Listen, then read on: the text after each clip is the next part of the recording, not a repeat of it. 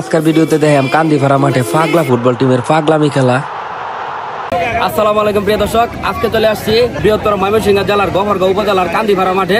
আর এই কান্দিপাড়া মাঠে আজকে ৪র্থতম কোয়ার্টার ফাইনাল এবং এই হাই ভোল্টেজ ম্যাচটা অবশ্যই আপনারা শেষ পর্যন্ত থাকবেন এবং আমি ক্যামেরা বন্দির চেষ্টা করাম। তো চলেন আমরা এই খেলার ভিতরে ঢুকি। কান্দিপাড়া বৃহত্তর ময়মনসিংহ জেলার গফরগাঁও উপজেলার অন্যতম একটি বাজার। একদম বাজারের প্রাণকেন্দ্রে রয়েছে একটি খেলার মাঠ। কান্দিপাড়ার সাধারণ মানুষজন অত্যন্ত খেলাপ্রিয়, এই কারণে প্রত্যেক বছর কোনো না কোনো টুর্নামেন্টের আয়োজন করে থাকে এই অঞ্চলের লোকজন। আমাদের জাতীয় খেলা ফুটবল না হলেও আমরা সবচাইতে বেশি ভালোবাসি এই ফুটবল খেলাকে। তারই ধারাবাহিকতায় এই বছর ফুটবলের একটি টুর্নামেন্ট আয়োজন করেছে কান্দিপাড়াবাসী। আজকে হচ্ছে এই টুর্নামেন্টের ৪র্থতম কোয়ার্টার ফাইনাল এবং সেই সাথে হাই ভোল্টেজ একটি ম্যাচ। আজকের খেলায় অংশগ্রহণকারী দল বাকেরগাঁও ফুটবল একাদশ বনাম পাগলা থানা ফুটবল একাদশ। লাল জার্সি পরিহিত খেলোয়াড়রা হলো বাকেরগাঁও ফুটবল একাদশের খেলোয়াড়, যারা ইতিমধ্যে ওয়ার্ম আপ করতেছে, এবং অপরদিকে আকাশি জার্সি পরিহিত খেলোয়াড় হচ্ছে পাগলা থানা ফুটবল একাদশ, তারাও ওয়ার্ম আপের কাজটা সেরে নিতেছে। আমার খুব ফেভারিট একজন মানুষ, বুঝছেন, সেই নেত্রকোনা থেকে বাংলাদেশের আনাচে কানাচে বিভিন্ন বড় বড় ম্যাচ খেলে। আজকে আশা করতেছি ভালো কিছু হবে। ভাই কিছু বলার আছে? ভাই কিছু বলার বলতে আজকে ইনশাল্লাহ ভালো খেলে আমরা মাঠ থেকে জয় নিব। আবার লন্ডনে খেলোয়াড়ও আছে, ফরেন খেলোয়াড় আছে। খেলা শেষ পর্যন্ত বসে আপনারা দেখবেন এবং থাকবেন ইনশাল্লাহ।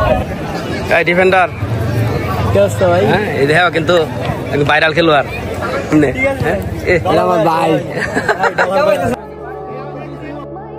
দারুস খ্রিস্টান ধর্মের একজন খেলোয়াড়, অত্যন্ত ভালো এবং ভদ্র। আসলে ফরেনার খেলোয়াড়রা অনেক ভালোই থাকে, কিন্তু আমরা তাদেরকে উত্তেজিত করার কারণে তারা বিভিন্ন সময় আমাদের সাথে খারাপ আচরণ করে। অবশেষে সমস্ত ফর্মালিটি শেষ হওয়ার পর ইতিমধ্যে খেলাটি আরম্ভ হয়ে গেছে রেফারির বাঁশির শব্দে। টান টান উত্তেজনায় আক্রমণ পাল্টা আক্রমণে চলছে খেলা। কোনো টিম অপর টিমকে কোনো ধরনের সুযোগ দিচ্ছে না। দুইটা টিমে বাংলাদেশের সেরা এবং নামকরা খেলোয়াড়গণ আজকে অংশগ্রহণ করছে। সেই সাথে পাগলা থানা ফুটবল একাদশে অংশগ্রহণ করেছে 2 জন ফরেনার খেলোয়াড়।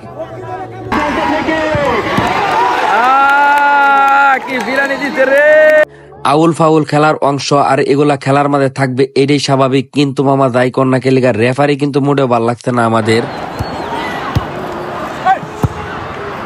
রেফারির ডিসিশন খারাপ এইটা আমি কইতাম না, রেফারির ডিসিশন ঠিকই আছে, কিন্তু রেফারির গেট আপ সেট আপ বলতে কিচ্ছু নাই। আর জাজমেন্ট দেখলে তো চক্ষু পানি হয়ে পড়ে। তাই খেলা কমিটির উদ্দেশ্য করে বলতেছি, তরকারির মাঝে সবকিছু ঠিকঠাক দিলেন, কিন্তু লবণ দিচ্ছেন না, তরকারি কিন্তু একটু মজা হইতো না। এই কারণে রেফারি অবশ্যই দরকার খেলার মাঝে ভালো মানসম্মত। ভাই কি ফাগলার থাকবো না সবাই?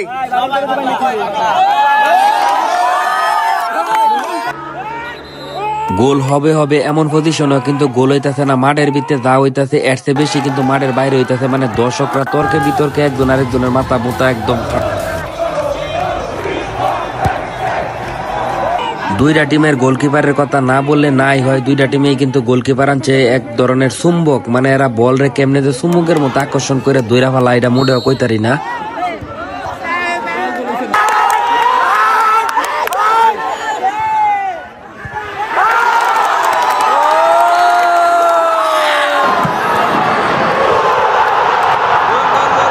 অবশেষে পাগলা ফুটবল একাদশ একটি গোল দিল এবং বাকেরগাঁও ফুটবল একাদশ একটি গোল খাইলো।